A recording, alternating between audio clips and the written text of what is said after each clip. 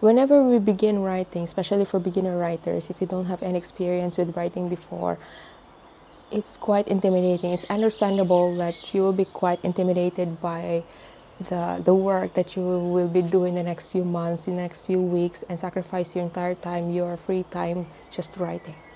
But the thing is, the benefits you will get from writing is astronomical, just as it did with me. So if you are someone who bears all the pains and you feel like writing is the best approach for you to release all the past and let go of the past and really just like this one, I'm filming underneath the sun. How would you let go? How would you describe this feeling? This is already writing.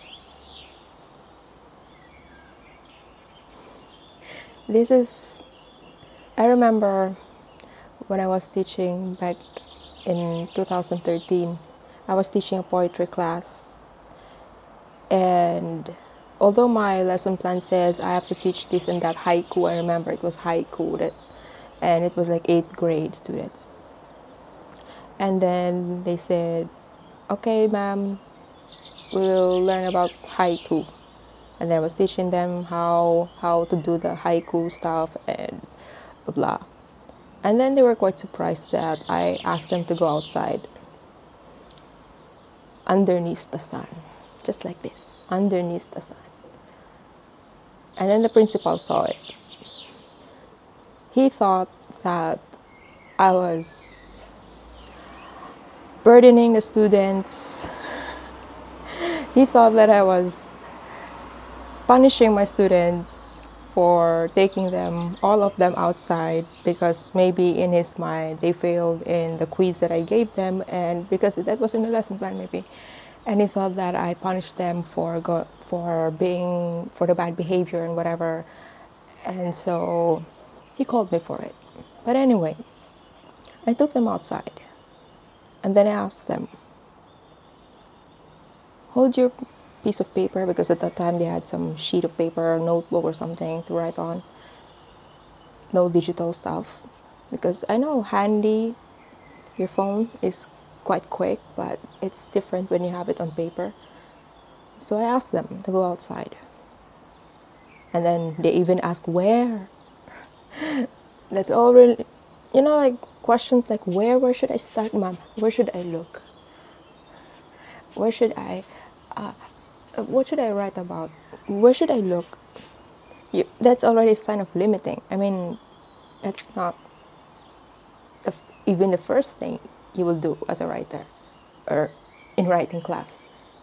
Personally, I don't like to teach rules to writing, because writing for me is fluid. Writing for me it's like painting. Like, okay, you learn what strokes you have to do, what color, what number of paint, or like, like the paint, like there's some color combination, you know the primary colors, the secondary colors, layering, the base, what kind of canvas, how big. Same with writing. It's like, okay, there will be chapter 1. There will be a paragraph. But you don't know how many paragraphs will be. There will be dialogues. There will be like, okay, but let's see. But the first thing you have to do to write, just like I did with my students, look around. Look around you. What do you hear?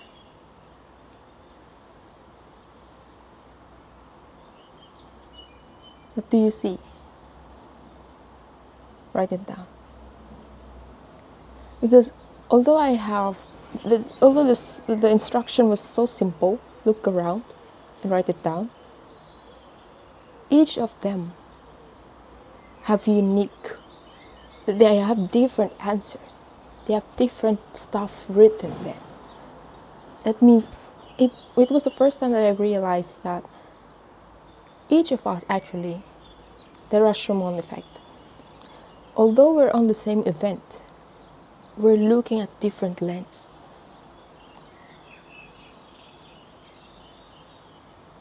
We feel differently. Maybe I feel deeper than you, or maybe you deeper than me, or maybe you're more logical than me. I'm way too emotional than you. It will reveal by the things that you note down. I would know that this student, this person, this particular soul cares about the leaves, the dried leaves. The other one cared about the coconut tree that was there. The other one cared about the coconut husk that was like dying, at the dying state. There was one who can't even write at all.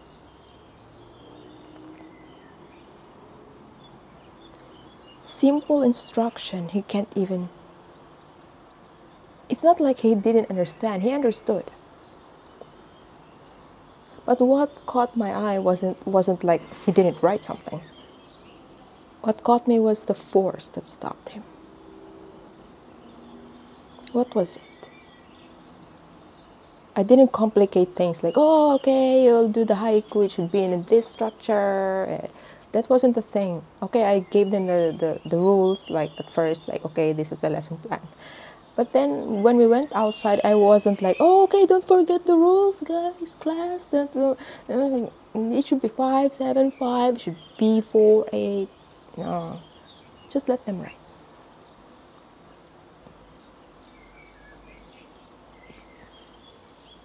But that particular student who can't even write, I asked him,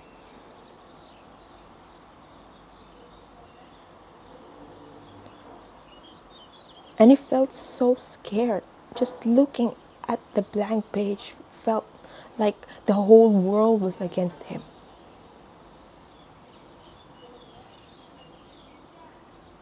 He wasn't shaking, like literally like panicking, like having a mental breakdown or so, but just a pause, looking at his classmates.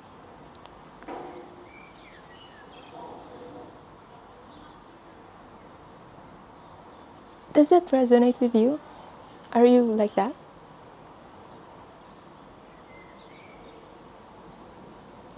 It took him time. It took him time to just calm down. Like, this is not about he didn't understand what I was saying, he didn't understand the instructions. It wasn't because he was so stupid, like he didn't know that's the leaf. It wasn't the issue. The issue was that force within that stops him. He was just flicking his pencil like that with the paper, looking around, looking like, oh, I don't care. So, let's see. Just like, are you like that too? Like, me? Look around.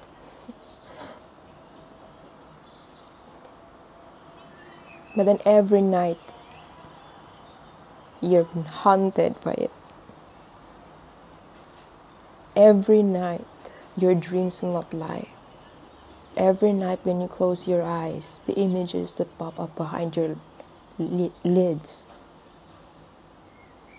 the images that come up in your mind, the feelings that will drown you all the way through the next day will remain. So what did I do? What did I do to that student? First, I asked him to calm down. Because this is not about skill. This is not about his ability to write. This is not about his understanding. This is about mindset. This is about attitude. the way you see writing. The way you see, like, writing is so intimidating. Writing reminds me of my terrible English teacher in grade school. Writing reminds me of my extreme humiliation when I failed the exam in college or in a regional English literature competition or some, like at that time we had some, like inter-school essay writing contest, and then you were so humiliated, you were so, like, that was like the biggest failure of your life, and you don't want to write because that will remind all those things that happened to you.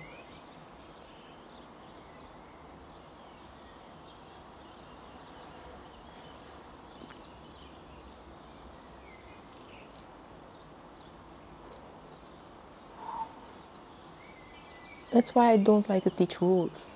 Maybe you've seen, like, in my videos, if you've been following me, you've probably noticed my videos are just like general. I'm not telling you rules. Oh, this is how you write. 5 things to do to write better. I'm not telling you that. Because writing is spiritual. Writing is spirit. Just as those who have passed before us, we write what we see. They wrote what they saw. The Aztecs wrote what they saw. That's why, that's why we have the ancient scrolls from Sumerian. We have this ancient wall from the Egyptians. If you think you're different from them, you're not. But what do we do now? What do you do now? When you start writing, you think of rules. Well, back then, their first rule was, I have to find a pen. I have to find a quill. I have to find a scroll. I have to find a leaf. Well, that's your rule. Find a pen and paper. That's writing. That's your first job as a writer.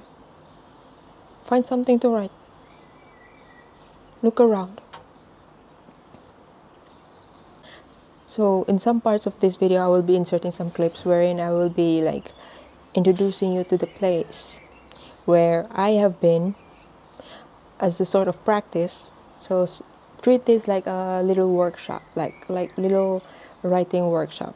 So I'd like you to observe the video, this following video, which I will be showing.